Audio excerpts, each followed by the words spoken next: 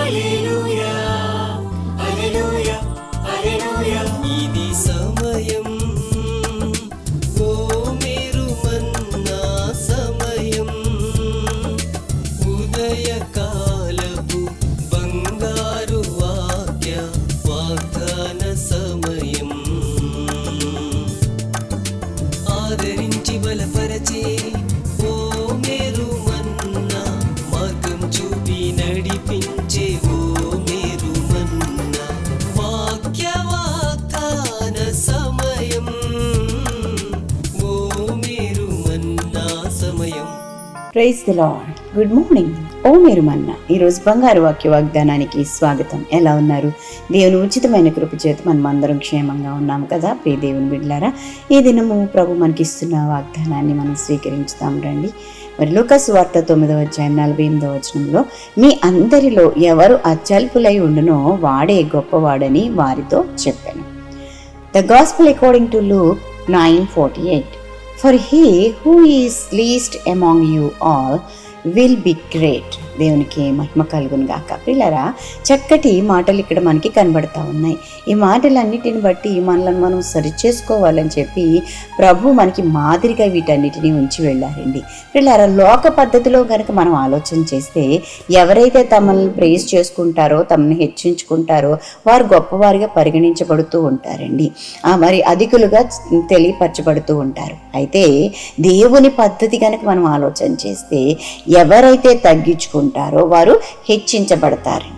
దేవుని యొక్క వాక్యంలో మనం చూస్తాం కదా, తను తాను హెచ్చించుకున్నవాడు తగ్గించబడును, తాను తగ్గించుకున్నవాడు హెచ్చించబడనని చెప్పి మనం వింటూ ఉంటాం, చూస్తూ ఉంటాం కదా ప్రియులరా. మనం కనుక దేవుని యొక్క వాక్యంలో అనేకమైన మాదిరిలు మనకి కనబడుతూ ఉంటాయండి. రాజైన నెబుకద్నెజరు తాను బహుగా హెచ్చించుకున్న కారణం చేత ఏమైందండి? దేవుని కంటే ఎక్కువగా హెచ్చించుకున్నాడండి. తానే దేవుడు అయ్యేంత వరకు హెచ్చించుకున్నాడు.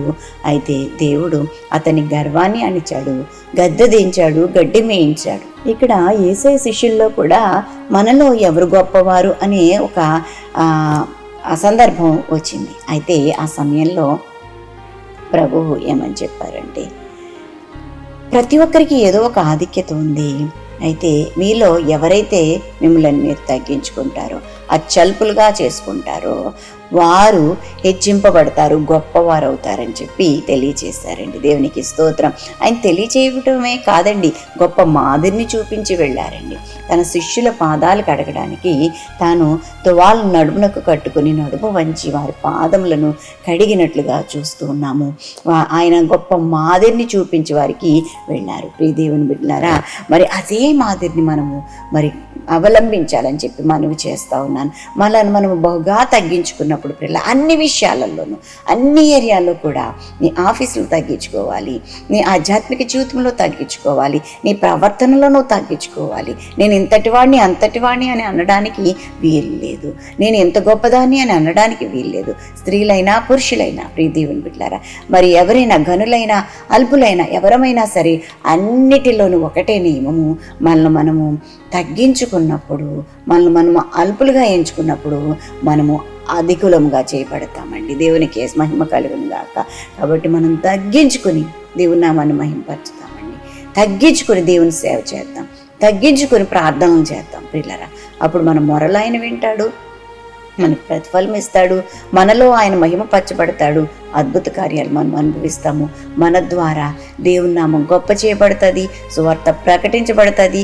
యేసు ప్రభు బిడ్డలంటే ఈ రీతిగా ఉంటారని చెప్పి అనేక మంది యేసయ్యలోనికి రావడానికి నేను కారణమవుతామని చెప్పి తెలియజేస్తున్నాను. కాబట్టి పిల్లరా, సాధ్యమైనంత మట్టుకి పిల్లరా మనల్ని మనం తగ్గించుకొని దేవుని నామాన్ని హెచ్చించుదాము. అప్పుడు ప్రభు మనల్ని హెచ్చిస్తారు. అలాంటి కృప చేత ఆత్మదేవుడు మనల్ని నింపి నడిపించును గాక. ఆమేన్. పిల్లరా, ఈ దినం బర్త్డేస్, వెడ్డింగ్ యానివర్సరీస్ జరిపించుకుని వారికి శుభాలు తెలియజేస్తున్నాను. ఈ నూతన వస్త్రంలో నూతనమైన దీవెనలు ప్రభు మీకు ప్రసాదించును గాక. మీ కొరకు ఒక వాగ్దానం జ్ఞాపకం చేస్తాను. 103వ కీర్తన 5వ వచనము, మేలుతో నీ హృదయము తృప్తిపరచుచున్నాడు, దేవునికి మహిమ కలుగును గాక. అద్భుతమైన ఈ వాగ్దానాన్ని మీరు స్వీకరించి ఆశీర్వదించబడండి. ప్రార్థన చేస్తాను, నాతో ఏకీభవించండి. పరిశుద్ధురానికి వందనాలు చెల్లిస్తున్నాను. మహిమగల దేవుడుగాను మమ్మల్ని దర్శించి దీవించమని వేడుకుంటున్నాను ప్రభా. నేను నువ్వు కనికరం కలిగిన దేవుడు, గొప్ప దేవుడు, ఆశ్చర్యకరుడు ప్రభా. నీకు స్తోత్రాలు చెల్లిస్తున్నాను నాయన. నిన్న నేడు నిరంతరం ఏకరీతిగా ఉన్న దేవుడు ప్రభా. నీవు తప్ప మాకు ఎవ్వరూ లేరు తండ్రి. నీకు స్తోత్రాలు చెల్లిస్తున్నాను. ప్రత్యేకించి ప్రభా నాయన, మీలో ఎవడు గొప్పవాడై ఉండాలో వాడుతో అచ్చల్పుడుగా ఉండాలని చెప్పి నాయన నీ వాక్యం ద్వారా మమ్మల్ని మరొకసారి హెచ్చరించారు తండ్రి. నీకు స్తోత్రాలు చెల్లిస్తున్నా. శిష్యులకు చెప్పిన మాటలు నాయన నీ బిడలంగా మాకును తెలియచేస్తున్నారు తండ్రి. నాయన మా ప్రవర్తన యావత్తు నీకు ఇష్టమైందిగా, యోగ్యమైందిగా ఉండడానికి ప్రభా నాయన, నీ వాక్యానుసారంగా నడుచుకునే వారంగా ఉన్నట్లుగా ప్రభా నాయన. అయినా తండ్రి ఓ ప్రభా, మేము అత్యల్పులముగా మమ్మల్ని మేము నాయన తండ్రి చేసుకున్నప్పుడు ప్రభా అయినా తండ్రి హెచ్చించే దేవుడు అన్న సంగతిని గ్రహించి ప్రభు మా ప్రవర్తన యావత్తు దిద్దుకోగలడానికి సహాయం చేసి మహిమ పొందుకోమని ప్రభా. నీ కృపగల హస్తాలకు ప్రభువులను మేము సమర్పించుకుంటూ తండ్రి నీ సన్నిధి మాతో ఉంచి నడిపించి మహిమ పొందుకోమని ప్రభా. నీవే తోడుగా ఉండి నడిపించమని ప్రభా నాయన తండ్రి. ప్రత్యేకించి నాయన తండ్రి ఈ దినమంతా నీ సన్నిధి మాతో ఉంచండి ప్రభా. ప్రయాణాల్లో, పనుల్లో, ఉద్యోగ ధర్మాలు నిర్వర్తించడంలో మీ సన్నిధి తోడుగా ఉంచండి ప్రభా. నీకు స్తోత్రాలు నాయన. ఇంకా ఎవరైనా ఈ దినాన్ని బట్టి చీకులో, చింతలో, వ్యాధులు, కష్టం, మెరుకులు, ఇబ్బందులు ఉంటే విడిపించి రక్షించండి ప్రభా. నీకు వందనాలు చెల్లిస్తున్నాను నాయన. నీ పరిచర్యకు ఆటంకంగా ఉన్న ప్రతి విధమైన అపవాది తంత్రాల నుంచి యేసు నామములో విడుదల కలుగునుగాకని ప్రకటిస్తున్నా. ప్రపంచ దేశాల్లో అందున భారతదేశంలో ప్రభా నాయన మా ప్రజలు ఎంతో బాధకు గురి అవుతున్నారు. విశ్వాస సమాజం నాయన ఎంతో బాధకు గురి అవుతున్నారు. మీరు కనికరించండి ప్రభా. నీకు స్తోత్రం. సేవకులు తండ్రి నాయన అన్ని విషయాలలోనూ ప్రభా నాయన వేదన చెందుతూ ఉన్నారు నాయన కనికరించండి. నువ్వు త్వరగా రాబోతున్నావు ప్రభా నాయన.